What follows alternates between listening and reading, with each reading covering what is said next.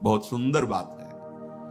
तुम्हें कोई ब्रह्मचारी बना सके ऐसी कोई औषधि नहीं। एकमात्र मन को प्रभु में लगाकर नाम जप करो और जो संयम बताया जा रहा है वैसा करो, सब ठीक हो जाएगा, सब ठीक हो जाएगा। तुम समर्थ बन जाओगे अपनी इंद्रियों को रोकने के लिए। उपासक पहले भोजन पर सुधार कर रहे।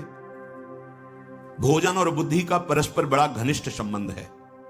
सात्विक आहार निसंदेह आपको इस क्रियाओं से विजय प्राप्त करवा देगा। ध्यान से सुनिए, सात्विक आहार, जब आप भोजन पा रहे हो उस समय नाम जप जरूर चलना चाहिए। अगर उस समय गलत दृश्य देख करके, गलत बातें चिंतन करके भोजन पाओगे तो उसका प्रभाव आपको और गलत में लगा देगा, भले सात्विक भोजन है। ध्यान दीजिए, भोजन के समय जरूर बड़ा आनंद मिलता है। जैसे आप प्रसाद पा रहे हो और आपका अभ्यास फिट है, अब लगा दिया प्रथम यथामति प्रणमो श्री वृंदावन रम्य श्री राधिका कृपा बिनु सब, बड़ा पद है। देखत नव निकुंज सुन सजनी लागत है यति चारु, पद का अंदर चल रहा है और अब प्रश्न चलो नहीं है साहब का अभ्यास, राधा राधा राधा। उस समय व्यर्थ की वार्ता, उस समय व्यर्थ का चिंतन, व्यर्थ के दृश्य देखते हुए भोजन, गलत संस्कार पड़ रहा है। सात्विक आहार आपने पाया पर विचार आपका सात्विक नहीं है, अधार्मिक विचार है, दुष्ट भाव है, तो सात्विक व्यर्थ हो जाएगा। भोजन वो उसी को सपोर्ट करेगा। भोजन के समय बिल्कुल सावधान रहो, वो आपकी नस नाड़ियों में फैलकर वैसा ही प्रभाव फैलाएगा जैसा आप चिंतन कर रहे हैं। भोजन के समय जैसा विचार होता है ठीक वैसा ही आपका स्वभाव बनता है। महापुरुषों का स्वानुभव पूर्ण सिद्धांत है कि भोजन के समय सावधान।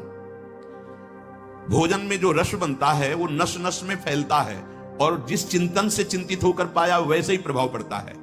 स्थूल भोजन का सूक्ष्म विचार पर प्रभाव पड़ता है, कई गुना प्रभावशाली प्रभाव आपके चिंतन का पड़ता है भोजन में। बहुत शुद्ध भोजन हो, सात्विक भोजन हो, पर आपका विचार भोजन करते समय सही नहीं, आपका चिंतन सही नहीं। इसलिए देखो संत जनों का जब कभी प्रसाद पाने तो पहले नाम कीर्तन होता है, फिर बहुत से जय जयकार लिखते हैं और बीच बीच में जोर जोर से राधे श्याम की गुण, कि आपका चिंतन भागवतिक रहना चाहिए।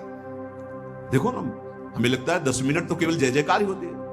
अयोध्या मथुरा की जय, पूरे जितने अपने ठाकुर जी सब की जय जयकार। वो रसगुल्ला की तरफ देख रहा है पर जय पूरी हो तब ना जय जय बोलना ही पड़ेगा, कीर्तन करो। ये कितनी सुंदर प्रणाली है। भोजन बहुत सात्विक, बहुत, ये जीवन बड़ा उज्जवल भविष्य करने के लिए मिला है। भोजन के समय पवित्र, उच्च, निर्भय, शांत और भगवान नाम जप, ऐसे भाव होने चाहिए।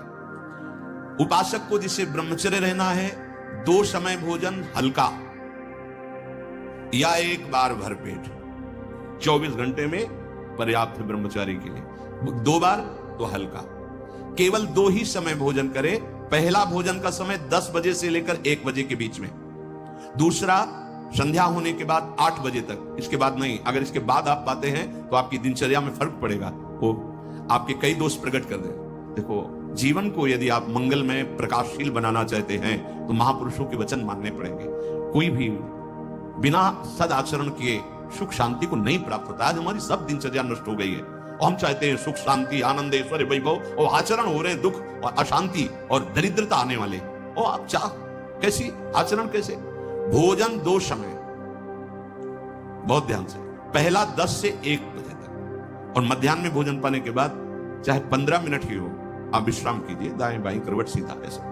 दिन अगर आपको रात में सोने से पर्याप्त नींद हो जाती तो फिर दिन में सोने की जरूरत नहीं, नाम चिंतन करते हुए फिर आप बैठ जाइए, फिर अपनी दिनचर्या में लगिए। शाम के 8 बजे तक भोजन हो ही जाना चाहिए, क्योंकि घंटा आध घंटा टहलना अपनी दिनचर्या, और फिर आप शयन कीजिए, फिर आप जग जाइए समय से। अगर आपको भगवत मार्ग में संयम पूर्वक चलना है तो आपको सुधारना होगा। हमें लगता है पर्याप्त जो अपने साधकों की दिनचर्या शायद इसी के अंतर्गत ही है। अगर आपका 2 बार भोजन में विक्षेप पड़ता है तो 1 बार भोजन अच्छे से खा लीजिए, थोड़ा मध्याह्न में विश्राम, बस राधा राधा। अगर चल जाए तो जैसे मिलता है आधा लीटर दूध या 250 ग्राम जो भी, शाम को उसको पी लीजिए। मतलब ब्रह्मचारी को ज्यादा किसी पदार्थों की ताकत की जरूरत नहीं होती, वो स्वयं में इतना। अब अनावश्यक आप डालते रहोगे, अनावश्यक, तो फिर आपका चिंतन भी बिगड़ जाएगा, आप नहीं संभाल पाओगे। बहुत संयम की जरूरत है।